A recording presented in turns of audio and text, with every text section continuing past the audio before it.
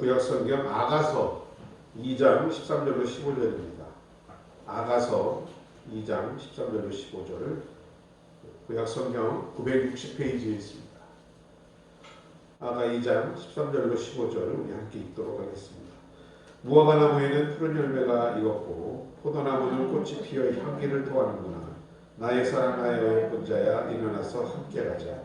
밤이 떠오르지 은밀한 곳에 있는 나의 비둘기야 나로 내 얼굴을 보게 하라. 내 소리를 듣게 하라. 내 소리는 부드럽고 내 얼굴은 아름답구나. 우리를 위하여 여우 곧 포도원을 허는 작은 여우를 찾아라.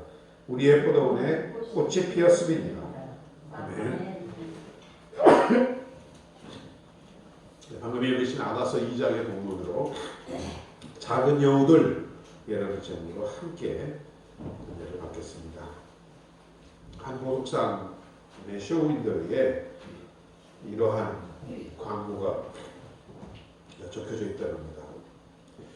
뭐라 쓰여 있는가 하니 결혼 반지를 빌려드립니다. 무슨 생각이 드세요? 결혼 반지를 빌려드립니다. 세상 모든 것을 지금 다 빌려 쓸 수 있는 세상입니다. 결혼 반지를 빌려준답니다. 이 광고에 숨어 있는 어떤 의미는 결혼은 어차피 계속되지 않는다. 그러기에 그 비싼 돈 들여가지고 반지 사지 말고 빌려 쓰고 헤어질 때 만나라 라는 어떤 이 세대의 안타까운 풍조가 담겨져 있지 않나 생각됩니다. 우리나라는 참 많이 발전했습니다. 비록 지금 코로나로 인하여 어려움을 겪고 있지만 선진국의 대열에 거의 가까이 왔습니다. 경제, 사회, 문화 등 전반적으로 발전하고 국민의식도 많이 깨었지만 이 광고를 통해서 발전한 만큼 많은 관계가 깨어지고 가정들이 무너지고 있구나 라는 안타까운 마음이 들었습니다. 언론 매체들은 정확한 퍼센테이지는 제가 최근에 조사를 못했지만 거의 10가정이 결혼을 하면 서너 가정이 지금 이혼을 하는 그런 시대라고 합니다. 왜 이렇게 되었을까요? 왜 우리의 가정이 특별히 더군다나 가장 밀접한 관계에 있어야 할 우리의 가족들이 그 관계가 이렇게 깨어지고 있는가? 가정이 왜 무너지고 있는가? 특별히 코로나19를 겪으면서 우리는 그동안 느끼지 못했던, 깨닫지 못했던 것에 대한 소중함을 느끼고 있습니다. 특별히 가족에 대한 소중함이 더 다가오는 때입니다. 이러한 가정이 무너지고 있는 이유, 오늘 아가서의 표현을 빌리자면 바로 포도원을 허무는 작은 여우들 때문이라고 합니다. 아가서는 여러분 잘 아시다시피 솔로몬 왕과 술람미 여인 간의 사랑을 노래하고 있는 것입니다. 오늘 본문을 통해서 보면 이토록 사랑하던 두 연인이 어떤 사랑의 위기를 겪고 있습니다. 그런데 아가서는 아시다시피 해피엔딩입니다. 그러면 결국 이 위기를 넘기고 서로 사랑을 성숙시켜 나가는 그런 내용을 담고 있다고 볼 수 있겠습니다. 오늘 15절에 보니 우리를 위하여 여우, 곧 포도원을 하는 작은 여우를 잡으라. 우리의 포도원에 꽃이 피었습니다. 라고 오늘 본문은 말씀합니다. 이스라엘을 포함한 팔레스타인 지방에는 여우들이 많이 산다 합니다. 사막 여우도 있고 여러 가지 여우의 종류가 있는데 우리가 볼 수 있는 고양이보다는 조금 더 크다고 하죠. 우리가 이 여우의 등장은 사사기 15장에서 본 적이 있었습니다. 삼손이 그 여우 300마리를 잡아 묶어서 꼬리에 불을 질러 태우는 일을 한 적이 있습니다. 이렇게 팔레스타인 땅에서 여우란 언제나 열심히 한 해 동안 지어놓은 포도농사를 망치는 원흉으로 지목되어 왔습니다. 포도가 꽃이 피고 열매가 맺을 때쯤 되면 이 여우들이 포도원에 등장해서 땅을 파서 그 뿌리와 줄기를 갉아먹고 열매를 먹고 하는 등 잘 아름답게 가꾸어진 포도원을 허물어뜨리는 일을 한다 합니다. 특별히 포도가 열매 맺는 계절은 이스라엘 팔레스타인 지역에서 가장 아름다운 계절입니다. 연인들의 로맨스를 꼭 피우는 계절이기도 합니다. 그런데 이러한 포도원에 여우들이 들어와서 포도원을 망치기도 하고 팔레스타인 연인들의 관계를 깨뜨리는, 그래서 사랑의 파괴자로 여우가 상징되고 있습니다. 이것을 영적으로 말하면 이 여우의 역할이 마치 우리의 관계, 하나님과의 관계를 해치는 사단과 같다라는 생각이 듭니다. 마귀라는 말을 다른 말로 하면 참소자입니다. 마귀라는 이 말은 본래 히라보에서 두 단어가 결합된 것인데, 무엇과 무엇 사이라는 비투인과 무엇을 던지다라는 두 말이 합쳐져 참소자, 이간자라는 것이 되었습니다. 이 사단은 그래서 부부 사이를 이간하고 부모와 자녀 사이를 이간시키며 모든 아름다운 관계에 끼어들어 그것을 파괴하는 일을 하는 것이 사단, 마귀의 역사입니다. 그런데 이 사탄은 때때로 아주 보이지 않은, 설마 이것까지라고 생각할 수 있는 것을 가지고 부부와 부모 자식과 모든 우리의 관계에 틈새를 벌리는 그런 작전을 펼치곤 합니다. 오늘 본문에서 바로 그것을 작은 여우라고 말하고 있는 것입니다.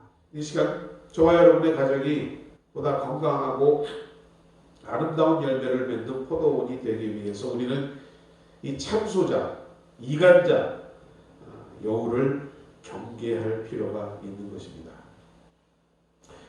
오늘 본문 아가서를 통해서 과연 이 우리의 가정과 관계를 해치는 이 작은 여우들이 우리에게 무엇이 있을까 한번 찾아보고자 합니다. 그 첫 번째의 작은 여우는 본문을 통하여 보면 열등감이라고 기록하고 있습니다. 열등감이라는 것이 딱 본문에 드러나지 않았지만, 자, 5절과 6절을 한번 보면, 예루살렘 여자들아 내가 비록 거구나 아름다우니 게달의 장막 같을지라도 솔로몬의 휘장 같다. 술람미 여인이 스스로 자기에 대해서 이야기하죠. 내가 비록 거구나, 새카맣다는 것입니다. 게달의 장막과 같이 까맣다는 얘기입니다. 열등감의 원인이 될 수 있는 부분이지요. 저도 그렇지만 여러분들도 각자 열등감이 있을 줄로 생각합니다.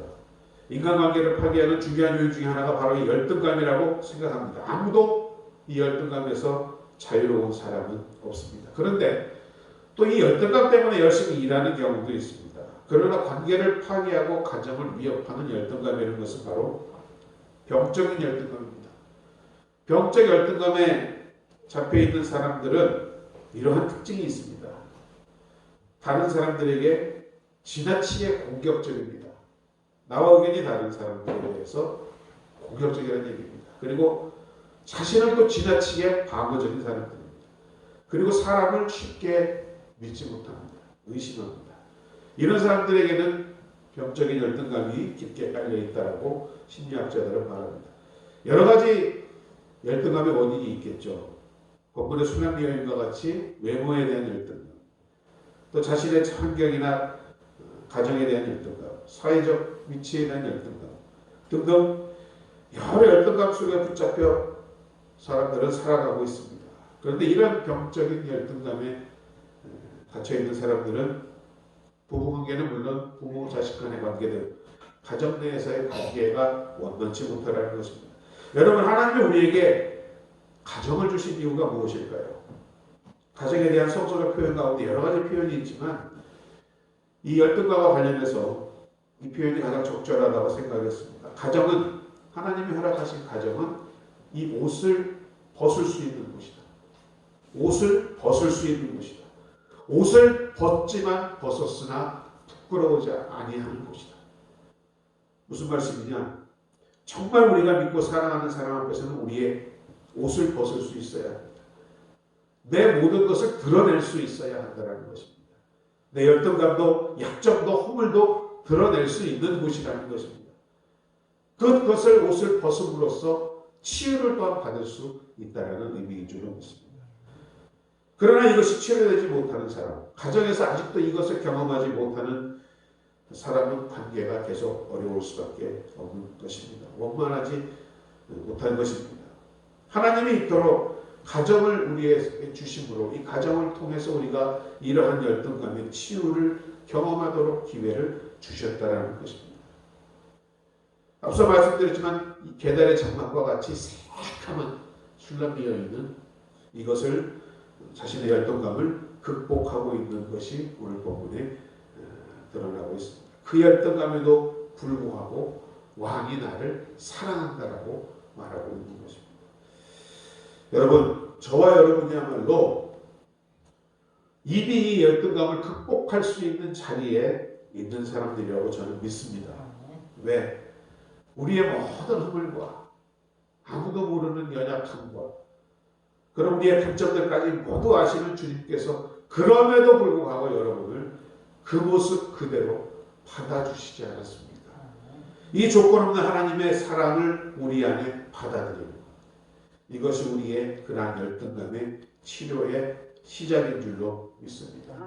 하나님도 받아주셨는데 스스로가 인정을 못한다는 것은 어불성설인 줄로 믿습니다. 특별히 부부관계에서 보면 세월이 지나갈수록 더 하나 되는 가정도 있겠지만 약점과 허물이 점점 더 보이기 시작합니다. 그럼에도 주님이 나를 받아주신 것처럼 여러분도 가족의 관계를 수용할 때에 아름다운 가정이 이루어질 줄로 믿습니다. 이 열등감이라는 작은 여울을 잡지 못하면 그 포도원이 가장 아름다울 때 그 포도원이 허물어질 수 있음을 이 시간 깨닫는 여러분 되시기를 주의 이름으로 축원합니다. 우리가 잡아야 할 작은 여울 두 번째는 3장 1절에 2절을 보면 내가 밤의 침상에 마음에 사랑하는 자를 찾는구나. 찾아도 발견치 못하는구나. 2절에서 이에 내가 일어나 성중으로 돌아다니며 마음에 사랑하는 자를 거리에나 큰 길에서 찾으려 하고 찾으나 만나지 못한다라는 구절이 있습니다. 무슨 말씀이냐? 술람비 여인이 어떤 이유인지 모르지만 잠시 떠나가 있었던 것 같습니다. 그 떠나가 있는 동안 이 여인은 다시 외로움을 느껴야만 했습니다. 바로 이 여인이 경험하고 있는 사랑의 위기를 말하고 있는 것입니다. 여러분, 사랑이 뭘까요? 사랑이 무엇냐고 물으신다면 여러분 뭐라고 대답하시겠습니까? 간단하게 얘기해서 사랑은 함께 있는 것 아닐까요? 더불어 사는 것입니다. 물론 상대방과 아무리 사랑하는 사람과 함께 더불어 산다 해도 우리는 외로움을 느낄 수 있습니다. 그걸 철학적으로 존재의 고독, 실존적인 고독이라고 합니다. 하나님이 우리를 부부되게 하시고 또 자녀를 주심으로 가정되게 하셨는데 바로 이것이 우리의 이런 실존적인 어떤 고독에 대한 치유 방법으로 하나님이 우리에게 가족을 주셨다는 것입니다. 그런데 시편 말씀을 보면 하나님의 고독한 자로 가족 중에 처하게 하신다는 말씀이 있습니다. 한 지부 한 이불을 덮고 살지만 외로울 수 있다는 얘기입니다. 우리의 고독을 하나님은 그만큼 알고 계시다라는 것입니다. 한참 지난 비유긴 합니다만 한국 사회에서는 자녀들의 교육 문제로 부부들이 헤어져 있는 사이가 많이 있죠. 기러기 아빠라고 했던가요? 과거에도 있었습니다. 장로님은 기억하실 것 같은데 월남에 전쟁 때 돈 벌러 가기 위해서 부부가 헤어진 경우도 있었고 또 그렇게 축바람 났던 사우디로 남편이 떠난 경우도 있었습니다. 그런데 성경은 부부가 이렇게 헤어져 있는 것을 바람직하지 않은 일뿐 아니라 걱정해야 되는 일이라고 말씀하고 있습니다. 고린도후서 7장에 그런 말씀이 있지요. 분방하지 말라. 다만 기도할 틈을 얻기 위해 합의사 물면 동안을 하되 다시 합하라. 이는 너희의 절제 못함을 인하여 사탄으로 너희를 시험하지 못하게 함이라는 말씀이 있습니다. 기도와 하나님을 섬기는 일 외에는 분방하지 말라. 참 저에게도 많이 다가오는 이야기입니다. 여러분의 가정도 하나님의 말씀에 따라 우리의 외로움, 고독한 존재를 사랑으로 품어주시기 위해 만드신 가정이 되시기를 주의 이름으로 축원드립니다. 세 번째로 마지막으로 우리가 잡아야 할 여우를 오늘 본문에서는 소통의 결핍, 대화의 부족을 말합니다. 5장, 나가서 5장을 보면 2절에 이런 말씀이 있습니다. 내가 잘지라도 마음은 깨었는데 나의 사랑하는 자의 소리가 들리는구나. 문을 두드려 이르기를 나의 누이 나의 사랑 나의 비둘기 나의 완전한 자야 문을 열어다오. 그런데 문을 열지 않습니다. 내가 옷을 벗었으니 어찌 다시 입겠으며. 신랑이 가서 문을 두드리는데 잠들어 있는 신부, 그 신랑에게 응답지 못하는 신부의 모습을 나타내고 있습니다. 여러분, 사랑하는 사람들 사이에도 이런 일이 일어날 수 있습니다. 만나도 만나지 못한 비극. 한 지붕에 산다고 부부가 만나는 것이 아니라는 것입니다. 함께 존재하지만 마음이 통하지 않는 그런 경우를 일컫는 말이라고 생각합니다. 하나님이 아담을 위해 하와를 창조하셨다라고 성경 창세기는 말합니다. 너를 위하여 돕는 배필을 지으리라. 돕는 배필이라는 단어를 이렇게 해석한 구약학자가 있었습니다. 돕는 배필이란 통할 수 있는 배필. 말이 통하고 마음이 통하고 세상 누구와도 통할 수 없지만 그것이 통할 수 있는 짝, 이것을 돕는 배필로 하나님이 아담을 위하여 주셨다라는 것입니다. 그런데 우리 가정들 사이에 이와 같이 갈수록 힘들어지는 이유가 바로 이러한 소통, 대화가 결핍되기 때문이라는 생각이 들었습니다. 그런데 이 대화는 그냥 우리가 하는 말이 아닙니다. 굉장한 노력이 필요한 대화입니다. 시간도 함께하고 상대방의 마음이 어떤지도 살펴보아야 하고 그 노력들을 통해야지만 이 대화가 가능하다는 것입니다. 서로가 서로를 먼저 알아보려고 노력하는 진지한 마음, 이것이 필요하다는 것입니다. 내 생각과 다르지만 상대방의 마음을 읽을 수 있는 것. 여보, 당신 참 힘들겠네. 마음 아팠겠네. 이런 진지한 대화가 우리 부부 사이에 과연 있는지를 저를 포함해서 오늘 다시 한번 돌아보기로 합니다. 이런 진지한 대화와 마음이 없이는 그저 어제 나온 일이나 똑같은 하루하루 지나다 보면 때로는 몇십 년과 같이 산 그 사람이, 그녀가 남처럼 느낄 때가 있는 것입니다. 노래가사처럼 가까이 하기에 너무 먼 당신이 되는 것입니다. 미국 사람들에게 그 미국의 자연이 굉장히 웅장하고 아름답지요. 그 자연을, 아름다움을 파괴하는 원인이 무엇일까를 일반인들한테 물어보았답니다. 대부분의 질문을 받은 국민들이 산불이라 했답니다. 오면서도 집사님들한테 제가 얘기 들었는데 지금 산불이 굉장히 크게 났다면서요. 미국에 한번 산불이 나면은 그야말로 어마어마한 피해를 입는다고 합니다. 한 달 내내 불탄답니다, 미국에서. 그래서 보통 사람들은 이 미국의 아름다운 자연을 파괴하는 가장 중요한 원인이 산불이라고 얘기를 했는데, 오히려 환경 전문가들은 다른 대답을 했답니다. 미국의 자연을 파괴하는 가장 무서운 적이 무엇이냐. 거의 환경 전문가들의 일치된 대답이었는데 그것이 무엇이냐 하면 흰 개미떼입니다. 개미, 하얀 개미떼.